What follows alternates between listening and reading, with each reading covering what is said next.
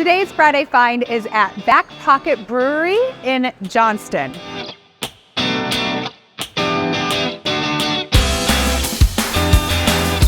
I love a good brewery, but what I love most is that it's a family-friendly brewery.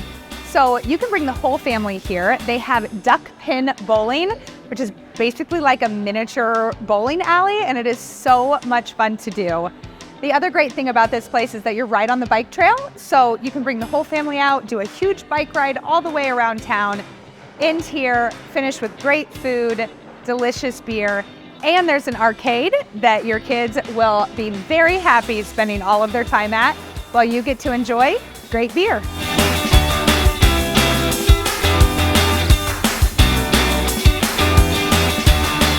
We had a great time today here at Backpocket Brewery. I highly recommend you check this place out. Bring the whole family. It's a ton of fun.